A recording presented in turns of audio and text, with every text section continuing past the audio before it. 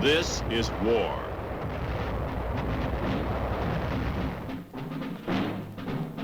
War and its masses. War and its men.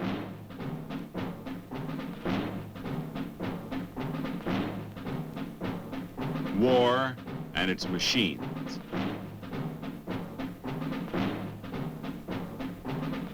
Together they form the big picture.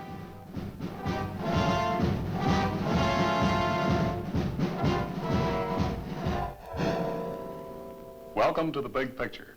I'm Captain Carl Zimmerman. The Big Picture is a report to you from your Army. An Army committed by you, the people of the United States, to stop communist aggression wherever it may strike.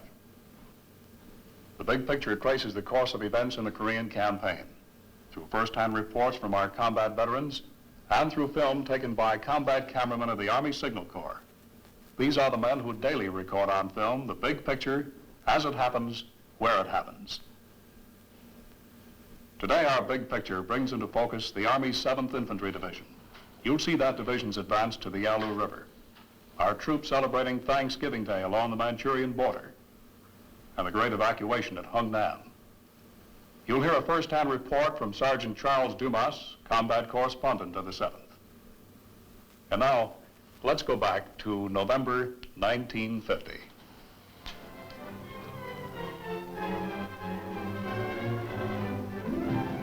On 20 November, United Nations forces are advancing everywhere in North Korea and have reached the Manchurian border at Haisan-jin, as Chinese Reds, who entered the fighting 3 weeks previously, have suddenly withdrawn.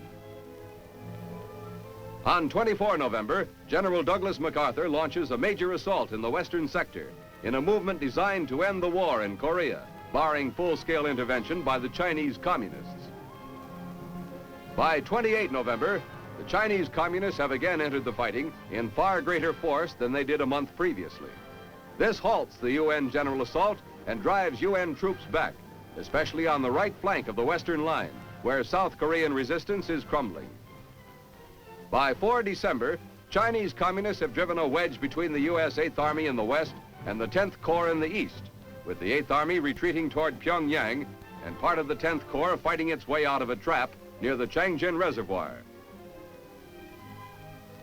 By 20 December, Chinese Communists and regrouped North Koreans have driven UN forces to the 38th parallel in the west. In the east, U.S. Marines and 7th Division troops have fought their way out of the Red Trap and are being evacuated by ship at Hungnam, with other UN troops fighting bitterly to hold the perimeter until the evacuation is completed. After the tanks have spearheaded through to the border near Haisan-jin, the men of the U.S. 7th Division come in to take over. It is bitter cold in the valleys as they advance doggedly across the snow patches. It is even colder as they ascend the slopes, and it is tougher going up. Frozen ground offers little in the way of footholds. Fortunately, there is not much opposition from the enemy. Our planes help take care of that. One good thing, they are advancing. It is a tough, climbing job, but they are going forward. Slowly but steadily, they are coming closer and closer to their objective, the south bank of the Yalu River on the Manchurian border. At this time, it appears that reaching the border will be the beginning of the end of the war in Korea, and the men are anxious to get to their objective.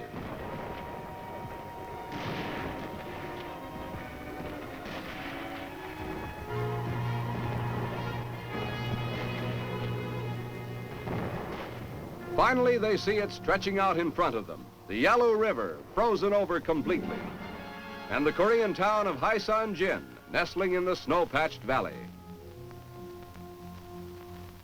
The Yalu River.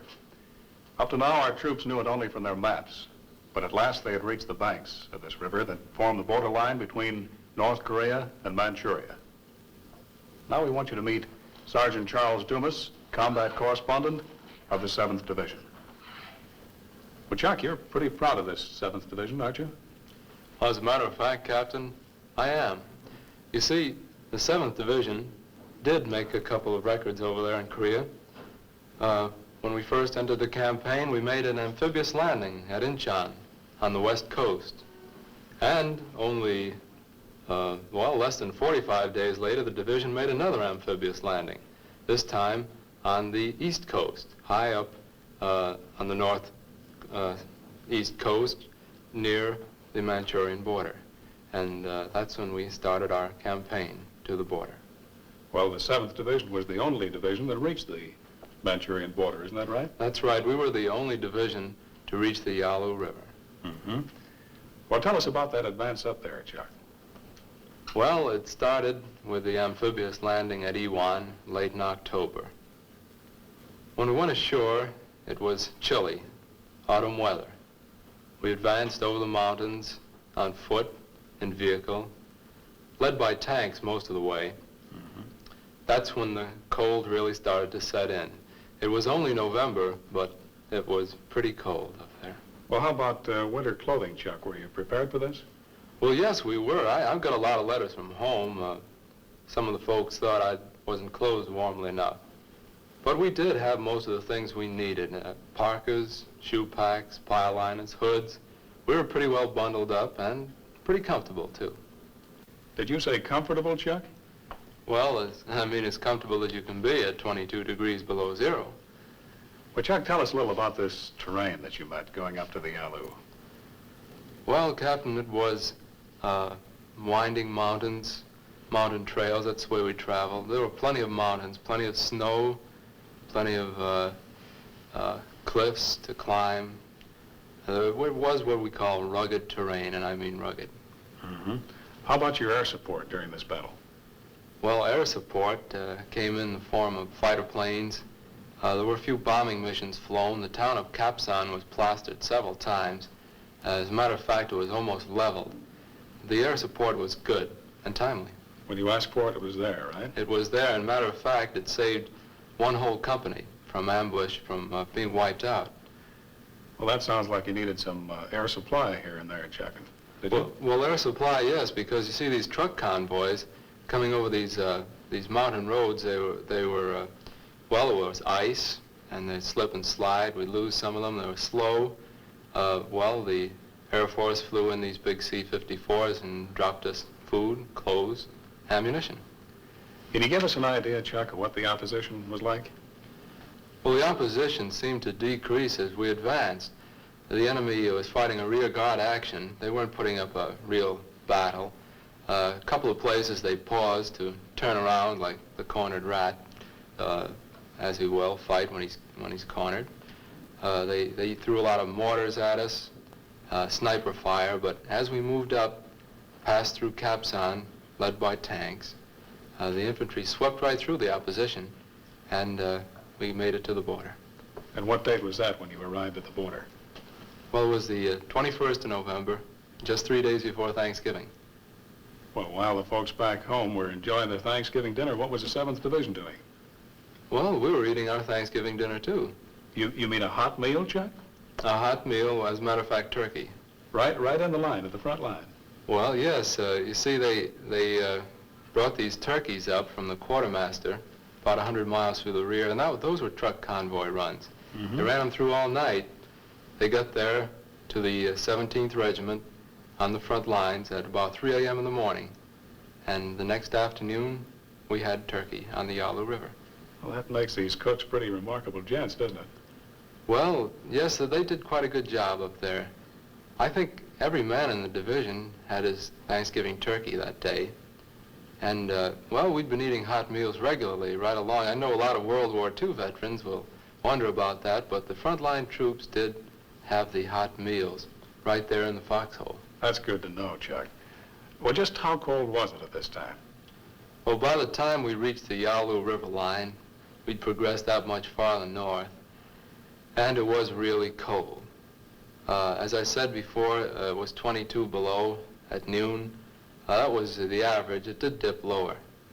The Yalu River was completely frozen over, and most people have a picture of it as a wide, running, raging river. Well, in the wintertime, in November anyhow, it was just a thin frozen stream. You could see right across into Manchuria. It was very cold and sharp. Well, let's watch the 7th Division now, Chuck, as they celebrate Thanksgiving on the Yellow River. Giving dinner, turkey with all the trimmings, and served piping hot is a pleasant interlude. It brings a touch of home to the icy wastes of Korea. The machine gun crews crouched in the outposts overlooking the vast icy stretch of the Yalu River are not forgotten. The mess sergeant brings Thanksgiving to them, too. Hot chow that hits the right spot when it's so cold.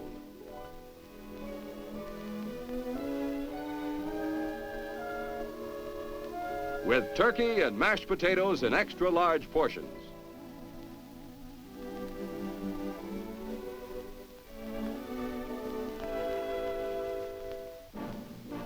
But Thanksgiving peace doesn't last long. The Chinese hordes attack suddenly, crossing the ice on the Yellow in ever-increasing numbers. Many of them surrender.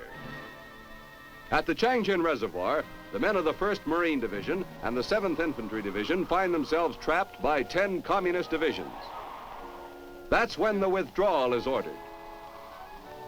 Retreat? Hell, snapped one Marine commander. We're not retreating, we're just advancing in a different direction. Orders are issued for all the troops to assemble at Hagaru. This time their objective is to break through and reach Hungnam on the coast 60 miles away. Through howling winds and icy blasts of snow, preparations are made for an orderly withdrawal. Back across the frozen valleys, which they had fought so hard to capture. It was tough enough when they were advancing. It was far worse to have to pull back. They are already tired, cold, and weary as they move into the assembly area, but they know they will fight their way out of the trap. Even the heaviest of armor and tanks are to be taken back.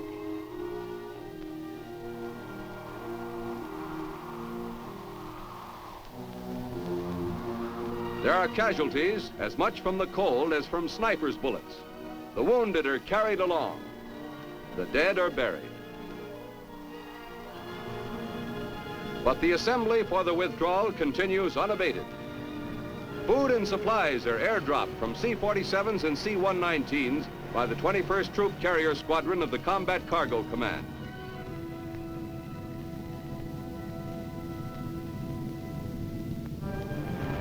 Ammunition, medical supplies, and food are dropped. No matter how cold and tired they may feel on the ground, the sight of these cargo planes dropping their parachute loads from the skies gives the men a sense of not being forgotten, a feeling that they are still part of a vast team, fighting together.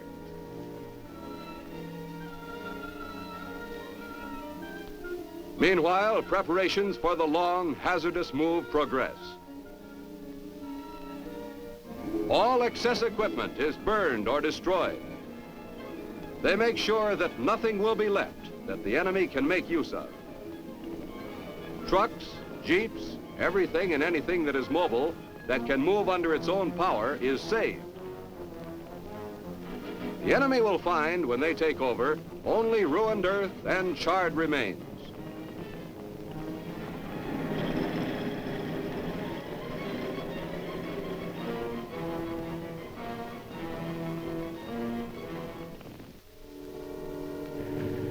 Thousands of battle casualties and frostbite victims are evacuated from the emergency fields at Hagaru and Koto and flown here to the Yonpo airfield near Hungnam, where they are transferred to hospital planes for the trip to Japan. They will soon find themselves warm and well cared for. Many of these men suffered their wounds during the withdrawal from the Changjin Reservoir, but none were left behind to the communists.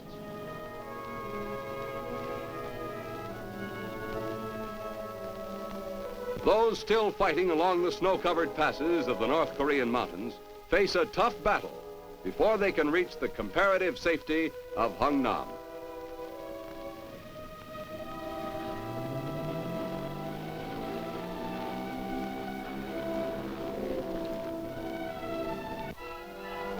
With only short pauses at Hagaru near the Changjin Reservoir and Koto 10 miles south, the steady push to safety continues.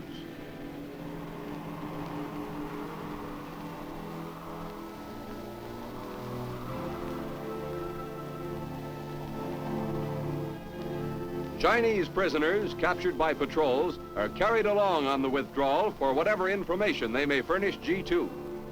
In contrast to the North Korean prisoners, these Chinese are much better equipped and more warmly clad. The Marines have a bitter march ahead. It's 44 miles to Hungnam. The road winds through some of the roughest fighting terrain in the world. In the history of the U.S. Marine Corps, this march will stand as one of its most valiant battles. Twisting, icy roads, snowstorms, below zero cold. General Winter is allied with the Chinese in this operation. While the convoys are moving east, rear guard units are still fighting to hold back the Chinese hordes near Hagaru. Many vehicles break down and are abandoned. The engineers work constantly to make the road passable. Bridges dropped by air are built ahead of the column. These desperately tired men inch their way along until they reach the little settlement of Koto. They join 3,000 more Marines, but there is little rest here. The Chinese wave is still sweeping down from the north, and a few hours rest may mean annihilation. Mile by heartbreaking mile, each hour is endless. The cold numbs the mind to everything but the next turn in the road. Then slowly, these weary men realize there is less snow around them. They have reached the foot of the mountains. They are near the sea. 13 days after the march from Hagaru, the Marines meet the protection of the U.S. 3rd Division on the outskirts of Ham Hung.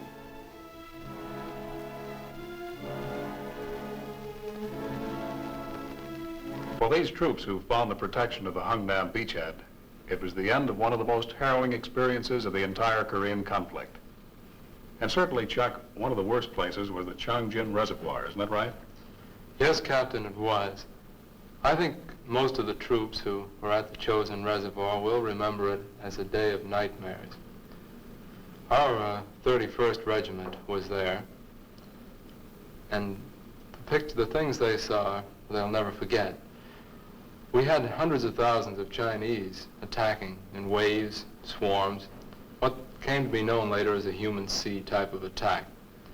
There were banzai attacks with blaring bugles in the dark of night, waving, rattling sabers.